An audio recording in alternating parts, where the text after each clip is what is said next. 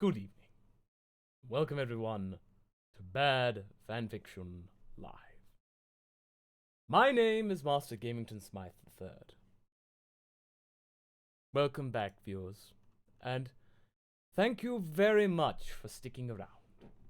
And I very much appreciate you understanding about me taking a break from last week. Unfortunately, I took a very major head cold, and as such, I was unable to stream on the Monday. It was due to exhaustion and pains on the jaw, so talking would have been very much impossible. So, thank you very much for being understanding. And Monday, again, that was kind of the same thing. But fortunately, well, Monday was actually, I had work, so unfortunately I wasn't able to stay up. But tonight, we shall be continuing with the fanfiction I was intending to do. But first of all, I wish to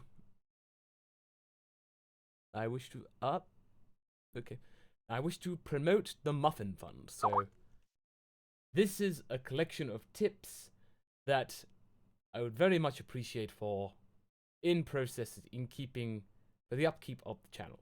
So, these are not mandatory, but anything that you contribute will be very most welcome, and I will also give you a shout out live on the stream. So, do let me know if this is your first time on the stream. I very much appreciate it. I would very much like to know if there are some new people out tonight. But it seems that I can tell definitely from the regulars that we have got the regulars in. So, jolly good. Seem to have a good contingent of the mods. So, yes, the tip thing is called the Muffin Fund. So, that's what we usually top it in. So, Jeff Maisai, was your first time? Mattman the Comet first time? Juan Reyes? Welcome, welcome. It's always good to hear about new people.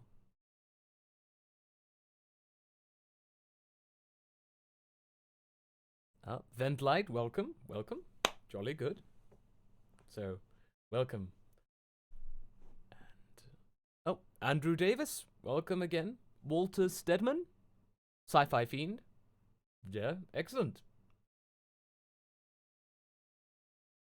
Thank you, Jumper Pictures. Yeah, thank you. 8 Melodies is quite right. The only rules that we have are concerning just don't be rude, and to myself, and of course to the viewers especially, because they are here just to have some fun. But anyway, the reason why I've picked this fanfiction in tonight is due to the fact of its controversy. Because I heard about this. We just had a tip from David Reader. David Reader, thank you very much. Excellent. Good start. So again, if you wish to contribute like David here, link here, bit.ly/theMuffinFund. But the reason why we picked the fanfiction tonight is I actually didn't know this was an actual fanfiction. I thought it was just a story, but no. It's a fanfiction in the ironic sense that they're not exactly fans, but it's on fanfiction.net, so it's very strange. But I shall waste no time and get on with it. By Proud Housewife, their only entry, and it's now titled Hogwarts School of Prayer and Miracles. Now, I'd just like to point out that, and I would very much appreciate it if the mods would do this throughout the entire chat, just to keep a reminder, that I am in no way wishing to offend any Christians watching, and I am just reading this in the fact of this is a bit of a bad fanfiction in terms of Harry Potter. Nothing to do with Christianity. So, all religions are absolutely fine by me. As long as everyone is kind to each other, I can dig it. One can dig it. We all can dig it. So, just remember that. It's all good in the religious hood. Anyway. The description. Do you want your little ones to read books? And they want to read the Harry Potter books, but you do not want them to turn into witches? Well, this is the story for you. And thank you, 8 Melodies. She shared the link, so that means everyone can read along. This story has all the adventure of JKR's books, but will not lead your children astray. For concerned mummies everywhere. Blessings, Grace Ann. Author's note. Hello, friends. My name is Grace Ann. I'm new to this whole fanfiction thing. But recently I've encountered a problem that I believe this is the solution to. My little ones have been asking to read the Harry Potter books, and of course I'm happy for them to be reading, but I don't want them turning into witches. So I thought, why not make some slight changes so these books are family friendly? And then I thought, why not share this with all the other mummies who are facing the same problem? So, ta-da! Here it is. I'm so excited to share this all with you. I bet you are. So without further ado. Once upon a time, there was a little boy named Harry Potter who lived under the stairs in a house on Privet Drive with his aunt and uncle.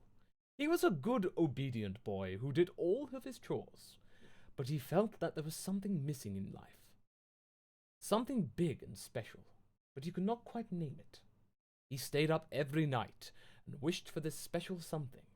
But then one day, there was a knock at his door, and everything changed. Answer the door, Harry! His Aunt Petunia, a career woman, barked from her armchair where she ate with her feet up.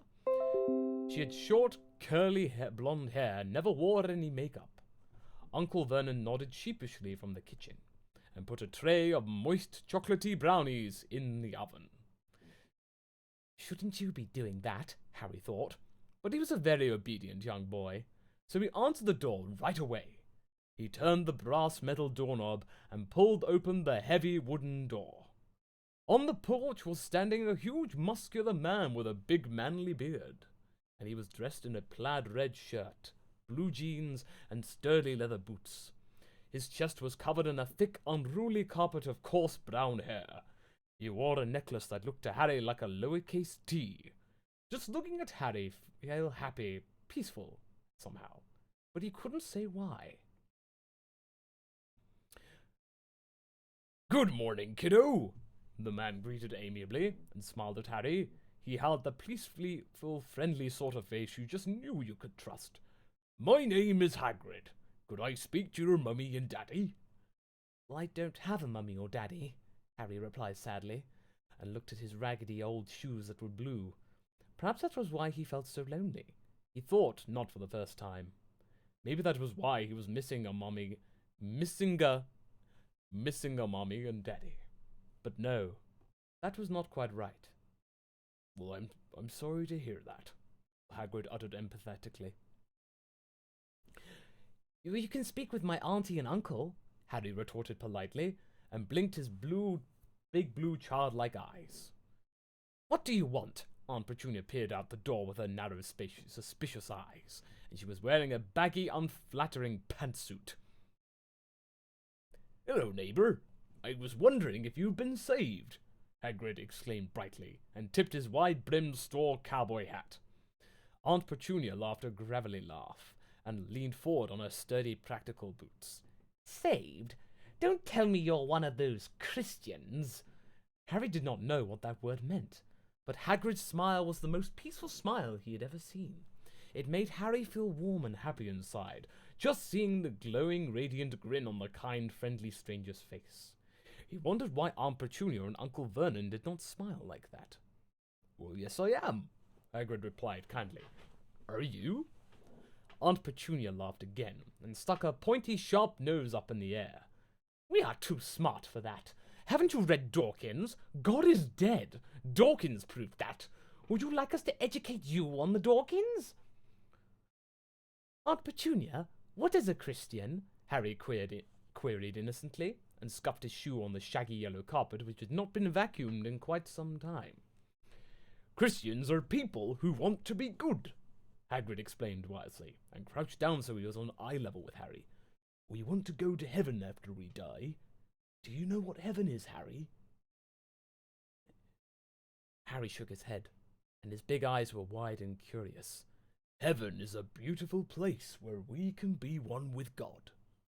Aunt Petunia smacked her hands over Harry's young ears, and her voice was sickly sweet when she said, "Thank you very much for your concern, sir, but he does not need your religion. He has science and socialism and birthdays.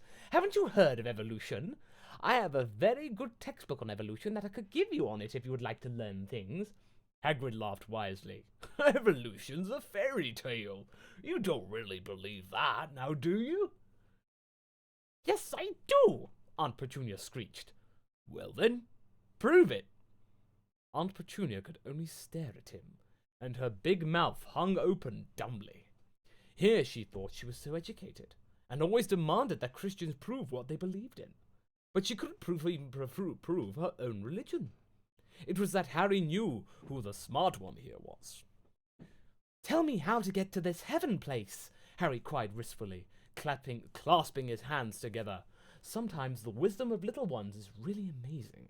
We think we grown-ups know it all, but then God speaks through the mouths of little ones and shows us all how we are all mortals struggling along the path of life. Humility. All you have to do is be saved. Do you want to be saved, Harry? I do, Harry squealed, jumping up and down. Then pray the sinner's prayer. Aunt Petunia tried to stop him, but she was powerless against Harry's pure, innocent, holy energy. Soon, Harry had said the prayer. Hagrid beamed happily. "You're a Christian, Harry." "I'm a what?" Harry smiled, but then interrogated. "But how do I be a Christian? I don't know how." Hagrid grinned wildly. "There is only one place to learn that. Hogwarts School of Prayer and Miracles."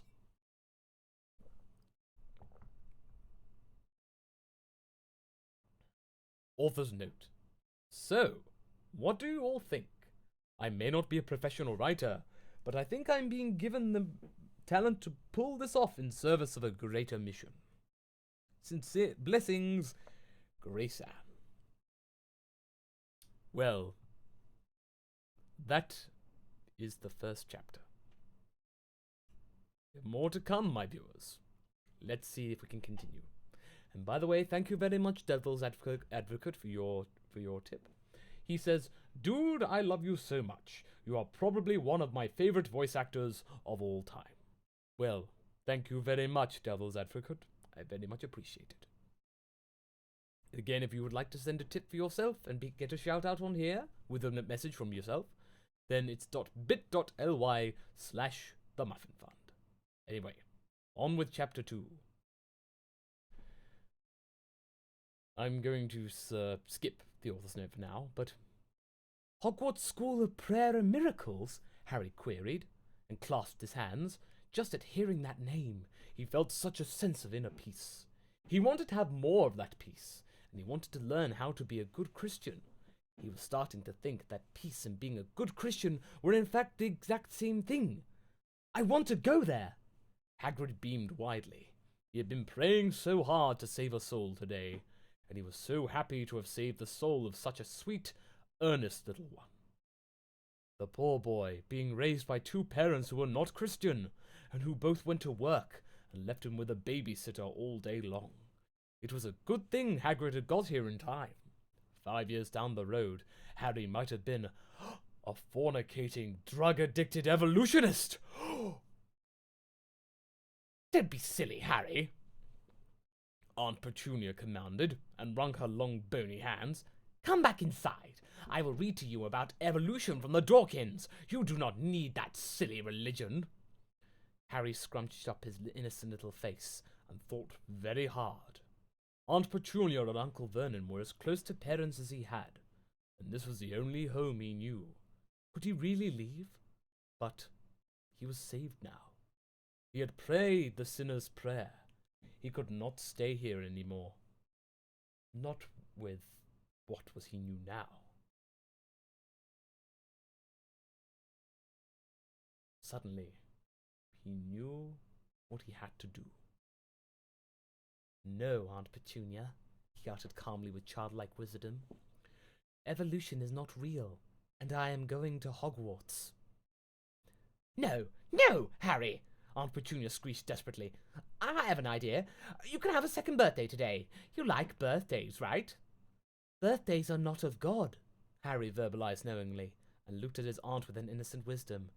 You tried to corrupt me, but it did not work. But I forgive you, Aunt Petunia, because of Luke 23:34. Hagrid was amazed once again at the wisdom of little ones. He did not know if he could forgive someone who had hurt him as much as this woman had. Deny him the truth? Who could be so cruel? But Harry did not even think about it twice. He forgave, just like that. Truly, Hagrid gained a new understanding of Matthew 19:14 that day. Do not leave, Harry, Dudley wailed childishly. I must, Harry said, and stepped over the threshold. Goodbye, Dursleys. I hope you are saved too one day. And with that, he and Hagrid began to walk down Private Drive. How will we get to this school, Hagrid? Harry queried curiously. We will pray, Hagrid retorted knowledgeably. Well, how do we do that? Harry solicited inquisitively. Watch, Hagrid said, and then he got down on his knees on the road. He motioned for Harry to get down on his knees too. Hagrid raised his hands to the heavens and cried out in a deep, thunderous voice, Dear Lord, take us to Hogwarts! Harry felt himself being whisked away, and in a moment he was sitting in the cool, damp grass outside a humongous, beautiful castle. He looked in awe at the tall towers and the grey stones. What a beautiful place!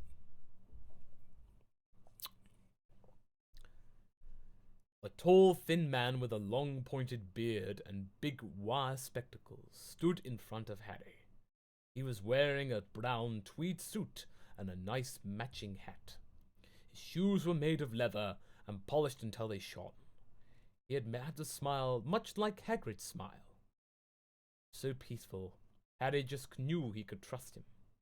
A lovely, kindly young woman with flowing blonde hair and a pleasant heart-shaped face stood beside this holy man.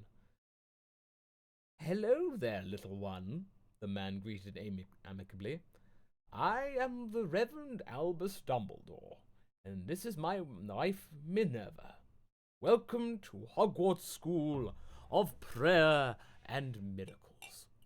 Author's note. Blessings. Blessings indeed.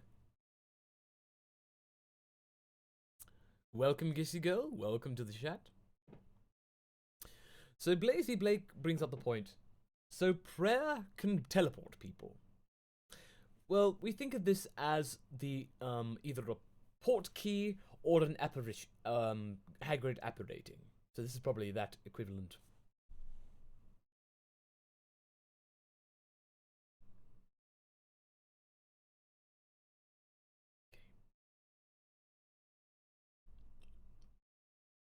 Now we can tell from chapter 3, the author's notes are starting to slowly becoming a bit more shaky. Hello, friends. I have struggled a lot about whether or not to keep going with the story, but with a lot of praying, my husband and I have decided that it is the right thing to do. We want our little ones to have a good Christian literature to read. In this modern world, sometimes that can be hard to come by. So, I will just have to make do. Pleased to meet you, Reverend Dumbledore, Harry replied enthusiastically and got to his feet. This sure is a beautiful place you have here. The Reverend beamed. Why, thank you, little one. His voice had a distinctive... Oh, it's a southern twang. So he's a... so I say, the Reverend Dumbledore definitely has a southern twang. So, he's not the Albus Dumbledore. He's... Okay. Why, thank you, little one. His voice had a distinctive southern twang to it that made Harry feel so safe and welcome. He knew in that moment that the Reverend was a man of God. This poor little one was being raised in a terrible situation, Hagrid declared concernedly. He was watched by a babysitter every second of the day. His aunt saw him as part of her perfect life package, like the big house, the fancy career, the speedy car. Dumbledore shook his head sadly. Might I say, too bad no one told her. Parenting should be about the children. Won't someone please think of the children, not the parents? That is why it is called parenting. Hagrid nodded wisely. Dumbledore turned to Harry and announced authoritatively.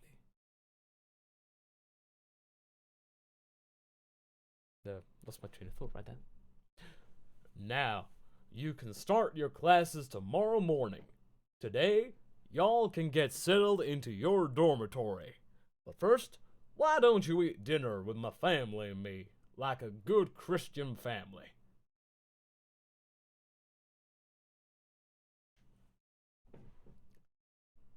Really? Harry gasped excitedly. I've never had a family dinner before. Well, why don't you come with us then? Dumbledore cried kindly, and then got down on his knees. Everyone else did the same, raising his large, massive, manly hands up to the heavens like a giant spirit bomb. Dumbledore bellowed in a voice ever louder than Hagrid's had been, "Lord, please take us to the kitchen." Suddenly, they all found themselves in a tasteful, decorated kitchen. Wow! Harry shouted in awe. He was still getting used to the power of prayer. Sometimes we take the wonderful things the Lord gives us for granted. And it takes a newcomer to the fold for us to understand just how blessed we are. That was amazing! Hagrid smiled knowingly. Well, God is an amazing guy. He sure is, the Reverend's wives chuckled, before getting down to her knees and raising her own hands upwards. Dear Lord, please set the table with the sky blue cloth and the Sunday dishes, and please give us biscuits fried golden brown and gravy creamy mashed potatoes, my great Aunt Eleanor's corn casserole, corn on the cob slathered with butter, and for dessert, some chocolate or raspberry cookies. So no one... I would... I would think that actually that's, well, I do have to, so, prayer gets you everything. I thought too many prayers were sacrilege or something.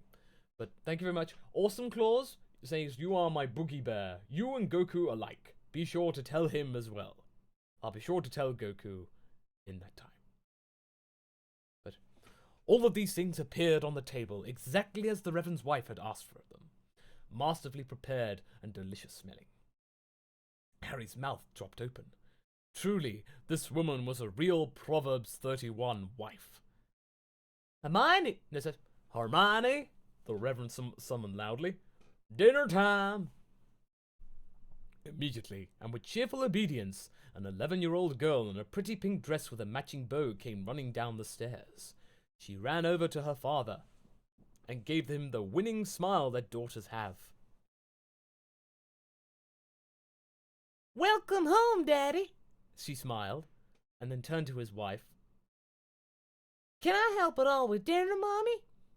It's all prepared, thanks be to God, her mother retorted gracefully.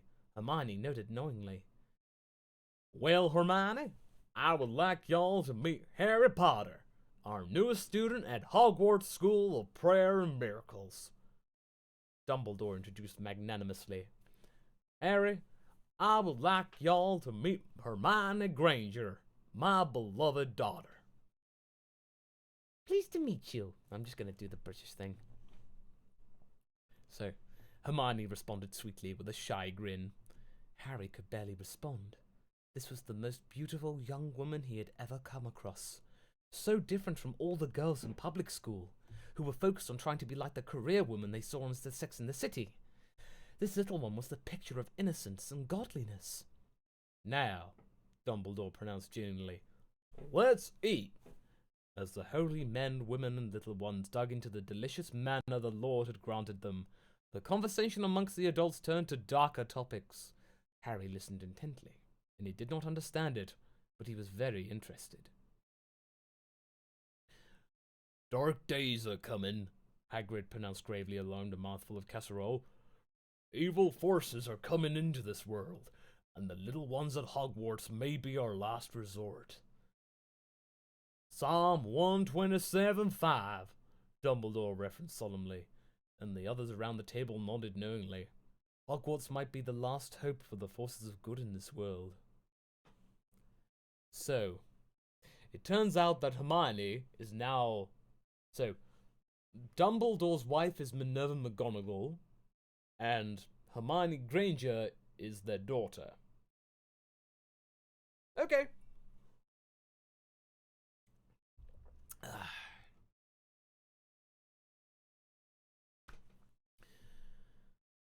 Now, the author's notes start to get a little bit more interesting. I'm going to skip the first part because that is actually unfortunate. One of their children had came down with pneumonia, and that's not good, absolutely. But I hope that they do get a swift recovery. So that's not to be made fun of. But this one. Now, of course, there were some hateful messages that made me very sad. But for every review posted by an evolutionist with a bee in his bonnet, there were 3 lovely private messages from other mummies out there, thanking me for doing the Lord's work. Wow, I knew when the Lord is telling me something. So, here is another chapter for all your mummies out there.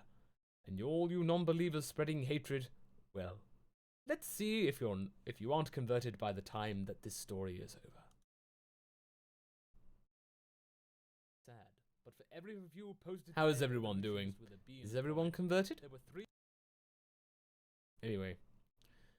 When the delicious filling dinner had ended, Harry wiped some last tasty cookie crumbs from the side of his mouth. He was very full and very tired. Discovering the truth, being saved, and coming to Hogwarts, it had certainly been a long day for this little one. You look like you could use a good night's sleep, the Reverend's wife commanded daintily. How would you like to move into your dormitory? Well, I would love to, Harry cried cheerfully. He was so excited to become a student here, and he was so grateful for the opportunities the Lord had given him. Sometimes people who have done without are the most grateful. Hermione, why don't you show our newest student to the dormitory? Dumbledore suggested wisely. Well, I'd love to, Daddy, Hermione replied obediently with an innocent girlish smile, and got to her feet, and smoothed out the skirt of her becoming pink frock. Should I clean the kitchen first? Well, I can take care of that tonight, the Reverend's wife answered indulgently, and she was already beginning to clear the elegant porcelain dishes.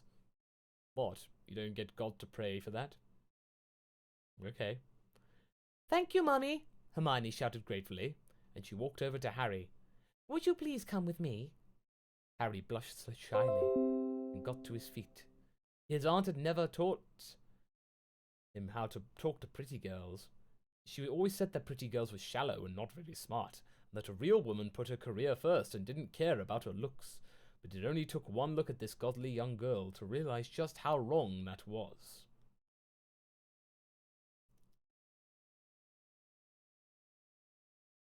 A woman taking pride in her appearance is honoring the Lord, because after all, it is the Lord who gave her a pretty face and nice hair. Taking care of that is important. Harry got the feeling that Hermione was as beautiful on the inside as she was on the outside. The 2 little ones stepped out into the brisk, chilly night, and for a few minutes they were both silent. Harry did not think it was possible for the sweet, demure girl to be as nervous as he was, but going by the silence, perhaps she was a little nervous herself. After a few minutes, Hermione welcomed shyly. Welcome to Hogwarts. It is a wonderful place, and we really are so glad to have you here. Harry's face reddened as they crossed an expansive, flowery field. They were going in the direction of a cluster of imposing stone academic-looking buildings. Well, thank you, he muttered happily. It is beautiful, and it feels very holy. Well, it is, Hermione commented enthusiastically. And the chocolate-coloured, carefully curled tresses were bouncing along with her steps. My father is a very godly man, and to spread the word of the Lord is his greatest dream. Well, truly, that is a noble dream, Harry responded gravely with wisdom beyond his few years. They walked for a few more minutes in silence. Eventually, they reached the end of the lovely green meadow. Well, the boys' dormitory is this way, Hermione exposited knowingly, and with the innocent casual affectation so often found in children, she grabbed Harry's hand as she led him around the edifice of classrooms.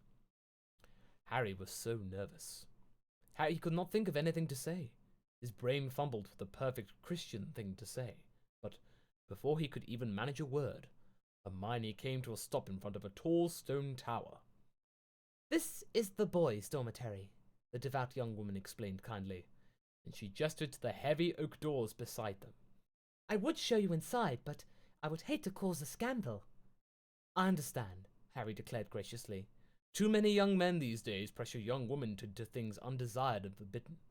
It is the mark of a true old-fashioned gentleman to respect the fact that every young woman is another man's future wife. And we all know that it would be a dreadful, terrible sin to bring another man's wife into intimacy. Why does modern culture suddenly treat that as okay simply because he does not have her yet? Man's laws may permit it, but the laws of the Lord are not bound by time.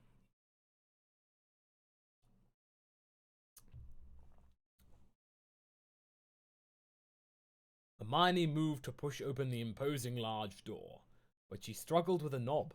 It was quite a heavy door. But Harry was a good, devout Christian now. He would not have a young, godly girl struggling to open a door which he was perfectly capable of opening himself. With the simple faith so often seen in little ones, Harry got down on his knees and lifted his hands skyward, and shouted prayerfully, Dear Lord, please open these doors and allow me to enter my new home. With a loud, thunderous boom that echoed throughout the expansive, beautiful campus, the doors crashed open. Harry stood up piously as Hermione's jaw dropped. Now she knew for certain that this was truly a man of the Lord. Harry was about to step inside when Hermione grabbed his arm. He blushed once more. Wait, Harry, Hermione uttered quickly. There's something you should know. What is it? Harry queried questioningly. My father says that dark times are coming, Hermione spoke worriedly. There is a man called Voldemort who wants to destroy all that we stand for. He is pushing an agenda in Congress which will stop us from practicing our faith freely. But that is what our founding fathers built this nation for, Harry cried indignantly. The freedom of religion. Voldemort doesn't care, Hermione remarked sadly, and she shook her head. And he is gaining power. The freedom of Christians to practice our faith is disappearing by the day. Soon it will be like it was in Rome. Lovely ladylike tears began to roll down her delicate, terrified face. And I don't like lions. It will be all right, Harry assured manfully. We will just need to pray really, really hard. That is why we're here after all. You're so brave, Hermione pronounced admiringly. And she wiped the tears from her eyes. She flung her arms around Harry's neck. Thank you for giving me courage. Harry patted her head before departing and entering his new home. It wasn't until the doors had closed behind him that he realized that he did not know where he was supposed to sleep. The tower consisted of an old stone staircase winding up the steps' secret walls. And there were doors leading into each bedroom of the stairway corridor. Harry felt very lost for a moment, but a quick prayer showed him the way. As he collapsed into his bed, very tired from such an eventful day, he thought about the days that were coming. It was truly a good thing that the Lord had called him when he did. Well, that was chapter 4. I have to admit, it's certainly starting to get a little more interesting. And it is a bit of a shame that they seem to rely on prayer for every single thing.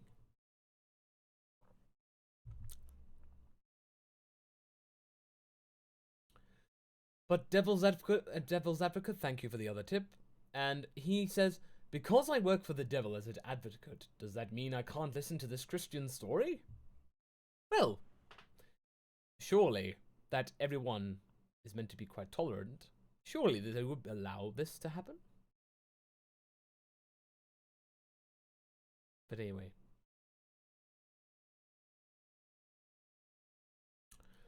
So let's get on with chapter 5. Harry Potter woke up drowsily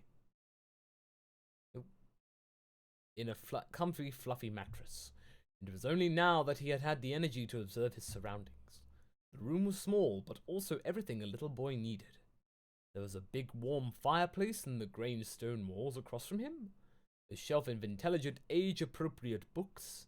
The Holy Bible was in the center of the shelf, of course, and there was a simple wood dresser of respectable school-appropriate attire, and of course, a clean porcelain sink for washing up and brushing teeth and such. It was only then that our hero noticed that there was another bed in the room. It was the same as his own bed, except that this other bed had not been made. Also, this bed had its own Bible in it, and it looked different from the one on the shelf. But where was this new roommate of his? Harry looked behind him to see a small, pallid young boy with shockingly bright red hair kneeling with seemingly piety as he prayed to a small statue.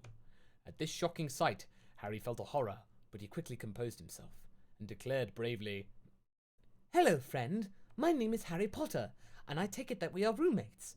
What is your name?" "Ronald Weasley," the other boy responded friendlily, and he reached out a hand to shake. "Welcome to Hogwarts. I'm a Christian too." "Really?" Harry exclaimed delightedly, and clasped his hands together. "This is joyous news." Ronald smiled deviously, and Harry remembered that he had just seen this boy praying to a statue, and he wondered why that would be. But he was whole new to this new Christianity thing, and maybe that was okay. Still, it didn't feel quite right. He bravely resolved to what would bring it up with Dumbledore. "Would you like to come with me to breakfast?" Ronald queried politely, as he got up from the statue he'd been kneeling in front of. "They have delicious food here in the Great Hall." "Would I ever?" Harry cried delightedly, and he bolted out of bed and brushed his teeth and washed his face. This little one certainly had a healthy appetite. In a jiffy, Harry and his new friend had joined the stream of young lads on the steep, winding stairs heading to breakfast. They could smell the aroma of breakfast in the Great Hall, and it wafted right into their noses. But before they knew it, they were all sitting in the Great Hall. "Come sit with me and my family," Ronald offered eagerly, and he motioned frantically towards a table packed full of people with hair just as red as his. Come on, come on, come on. I can't wait for them to see that I made a new friend." Harry followed Ronald with the obedience of one who does not have many friends in a new situation. Oh, what a difficult circumstance that can be, and how many believers had been led astray by those situations.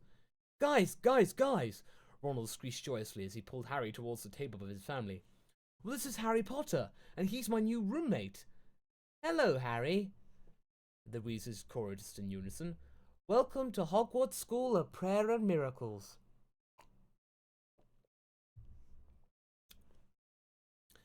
"Hello," Harry stammered shyly.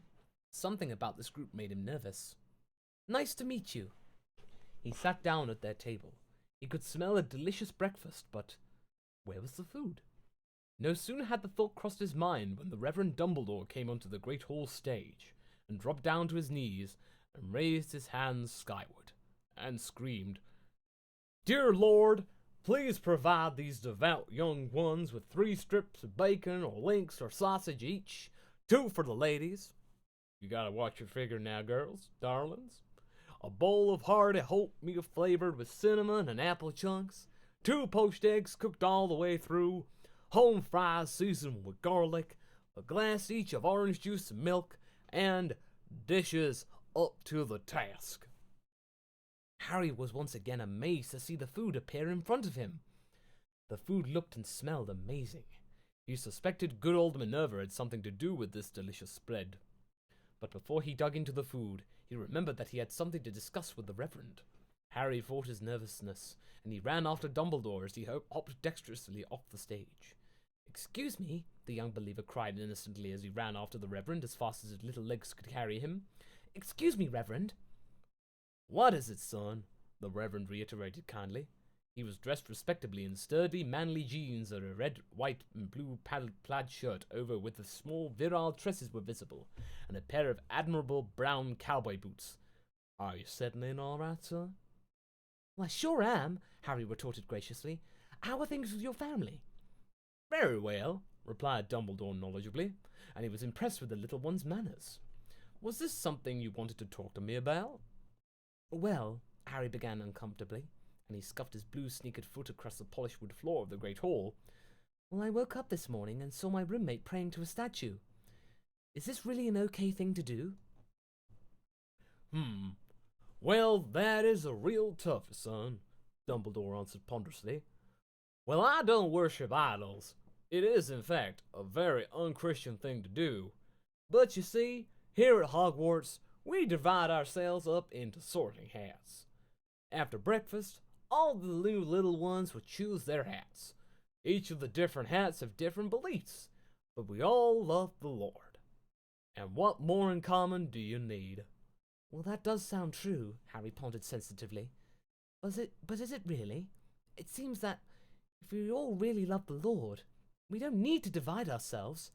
Are the divisions between the different hats really so significant as to merit dividing Christianity? Or what are these divisions? Well, they are somewhat significant, Dumbledore allowed tentatively. For instance, I am a Gryffindor hat. We believe in everything in the Bible, and only the Bible. That red-headed roommate of yours is a Slytherin hat. And Slytherins worship statues? Harry queried innocently. The Reverend nodded gravely. Then how are they Christian? Harry questioned skeptically. What about Exodus 24-6? That's a 10 commandment. Well, they have different commandments, Dumbledore explained well-meaningly. They love the Lord, and that is all we need. But do they really love the Lord? Harry posited timidly. Well, if they do, then why do they worship statues? Dark days are coming, son, Dumbledore replied earnestly. We need to be inclusive. If there were only Gryffindor hats at Hogwarts, then there would not be many people left. Well, I see, Harry conceded uncertainly, as he walked back to Ronald's overcrowded table. He was getting nervous about this hat business, but he supposed he did have to trust Dumbledore. After all, grown-ups know best. And here are some notes about the actual, about the Bible quotes. So, Exodus 24:6.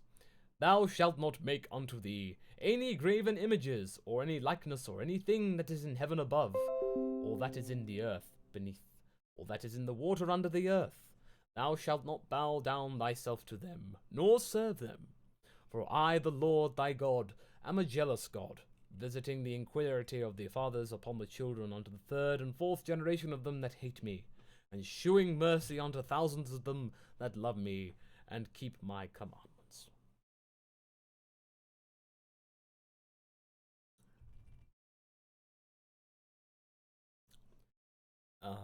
Chapter 6, moving on. And another tip and message from Devil's Advocate. I see. Saying, I just talked to my boss and he said that July can come back to life just this once, because I picked up the tab for him at Papa John's once. It's probably chat context, but thank you very much, Devil's Advocate. And if you wish to leave a tip for yourself, then wish to send it to bit.ly/themuffinfund. You can see the link right there. All tips are very much appreciated. But chapter 6. Harry Potter walked back to the table of redheads. It was only now that he noticed that they were all wearing black and green baseball caps with snakes on them. Tentatively, Harry sat down next to Ronald, who was not wearing a hat, since he, like Harry, was new. So sorting hats are like caps. Okay.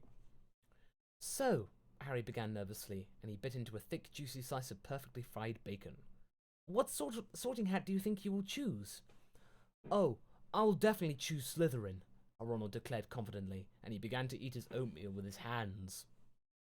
My whole family is Slytherins, he gestured to the countless redheads sitting at the table, and they all turned to Harry and smiled and waved. You should become a Slytherin too. We could do it together.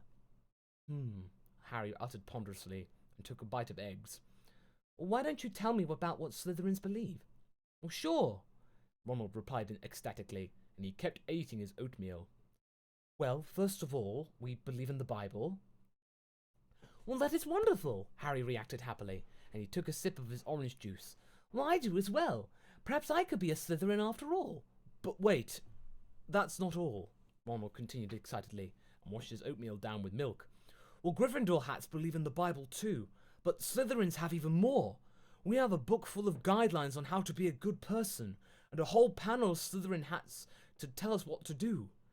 Harry followed an innocent, childish brow, and he took another bite of oatmeal, and he questioned confusedly. Why do you need all that if you have the Bible? Ronald guffawed, and he shoveled more oatmeal into his mouth, and he replied, well, we only have the Bible when you can have more. Why, that would be like only praying to God. Harry gasped in horror as he bit into more bacon. Well, of course I only pray to God. Who else would I pray to? What about Mary? Ronald posited angrily around a mouthful of oatmeal. You have to at least worship to her. You mean the mummy of our Lord? Harry demanded in scandal, and he chewed his bacon. Well, I don't worship her. Well then, God hates you, Ron stated simply. And pieces of bacon flew out of his mouth as he did so. Harry was tentative, since he was new to this whole Christianity thing, but he did not think God would hate him for not worshipping his mummy. On the contrary, he had a hunch that God wanted people to only worship him. Don't listen to him, commented a drowsy voice self-righteously from behind Harry. Harry turned around, and he saw a girl about his own age. Her pale yellow hair was tied into braids, and she wore a tie-dye shirt and faded jeans and flowers in her hair. Peace, signs and donkey patches were sewn all over her clothes. You should not become a Slytherin hat, the guy continued confidently. And she was eating what looked like it was supposed to be bacon, but did not smell or taste like bacon. It missed that smoky, meaty taste that bacon is supposed to have. Instead, it tasted like vegetables blended together and dyed red. Yuck! Harry would take real bacon over that any day of the week. They are far too strict. Harry hummed skeptically. He was not sure about this whole Slytherin business, but the word strict was not what came to mind. You should become a Hufflepuff hat, the girl instructed arrogantly, and continued to nibble at her breakfast. That is what I'm going to do. What do Hufflepuff hats believe in? Harry pondered aloud, and he took a bite of his real bacon. Oh, how he wanted to find the true hat. Oh, it's Luna. Hufflepuff hats believe in the Bible, but only some of it. She was Irish in the movies, Luna explained casually, and she was still feeding on that stuff. We don't believe in the stuff against fornication and drinking and socialism, but we really like Matthew 7:1, and that's about it. We're really fun, and we seem really nice and really tolerant as long as you agree with us. That was when a derisive laugh echoed through the cafeteria. A smug-looking young man about Harry's age with slick black hair and even paler blonde than Luna's, and wearing a sweater vest and khakis, strode languidly down between the rows of tables. Please ignore this fool, Draco drawled smugly. Luna here thinks she can have a career even though she's a woman, and women are stupid. Harry gaped at this horrible person. What a mean thing to say. Women should not have careers because women are Women should not have careers because women are stupid, Harry shouted indignantly. Women are not stupid at all. Women should not have careers because women are nurturing and loving and their gifts serve them the best in the home. Draco gasped tentatively. You are diluting the truth. Women are beneath men. No, I'm not, Harry fired back bravely. You are twisting the truth so you can be mean with it. Women are not beneath men. Men and women are just different. Luna smiled at him gratefully.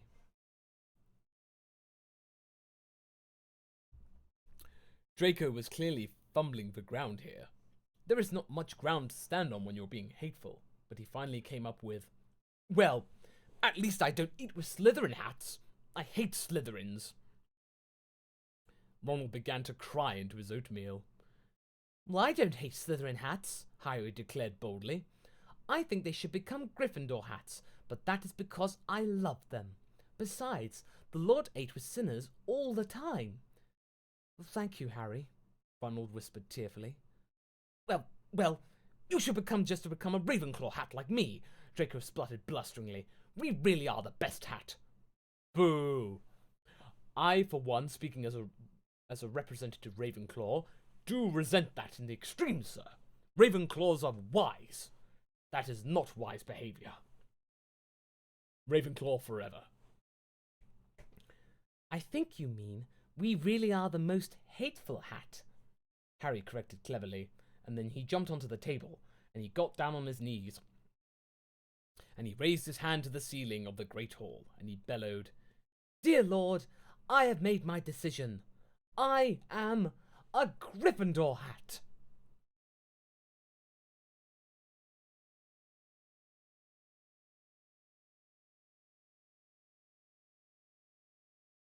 Right. Now, I believe I shall make this the last chapter of tonight, so we shall do this in 2 parts. So this is part 1, everyone, so expect more of this on Monday. But for now, let us do chapter 7. And do this entry of the little author's note. Now, there have been quite a few questions and comments coming in, and I thought I should take the time to address a few, since I don't have time to reply individually. First of all, to the only mummies who have expressed their appreciation of this little story of mine, thank you. Your support keeps me writing. Remember, though, the glory is not mine, and it is the work of a greater cause. And the people who call me names, a Bible-believing Christian, is like a big ugly monster who lives under a bridge, and wanting everyone to do the right thing and to go to heaven makes one a so-called bigot. Well, this modern world for you. And finally, to the people who say that I am spreading hate, take a look at some of the comments posted here, saying that I am a terrible writer and a terrible mother whose children will hate her one day. Who is it who is spreading hate here? Because I don't think that it is me.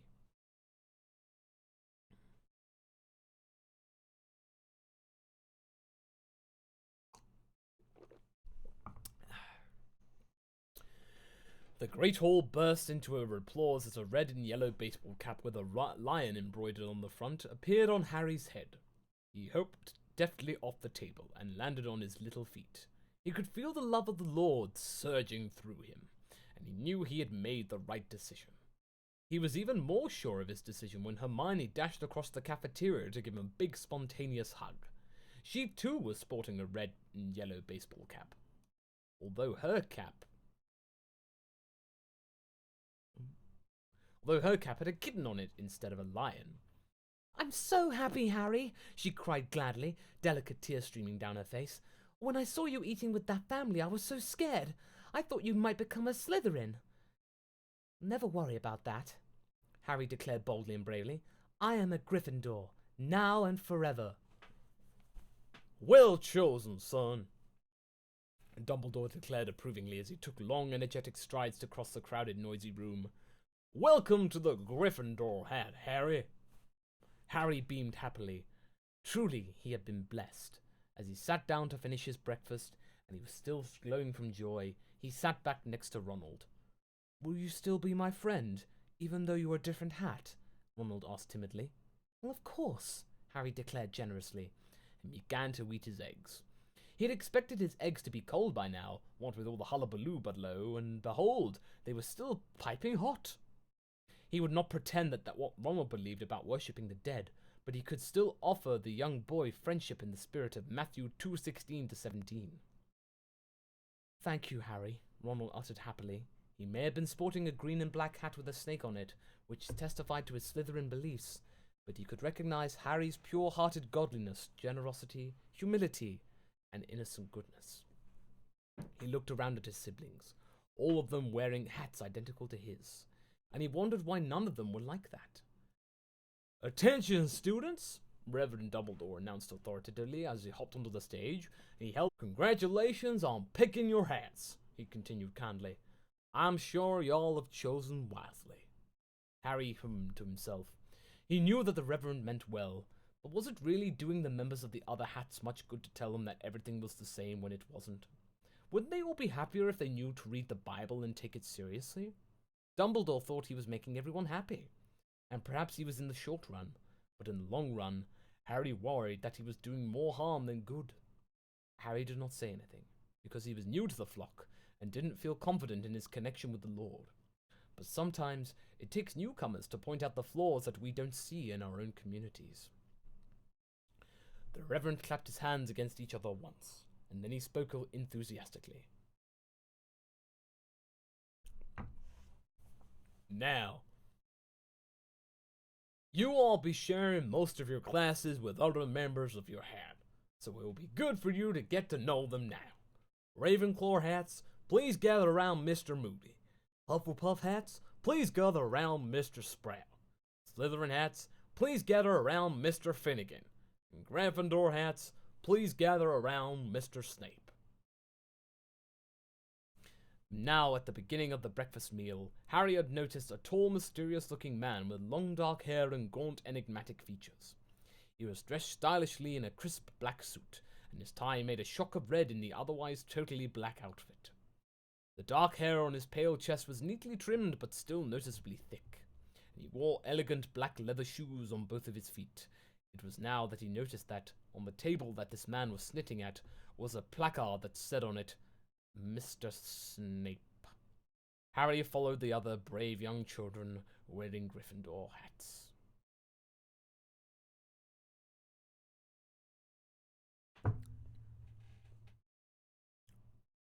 Well, that was certainly very interesting. Thank you all, everyone, for tuning in. We shall be continuing on with the Hogwarts School of Prayer and Miracles in part 2 on Monday, the usual time, 6 p.m. Eastern Daylight Time. So, thank you all for tuning in, and I hope to see you all for chapters 8 to 14 of Hogwarts School of Prayer and Miracles. So, until then, everyone, be sure to take it easy, be well, and pray for bacon. Until the next Bad Fanfiction Live. Until then, Toodle Pip, and good night.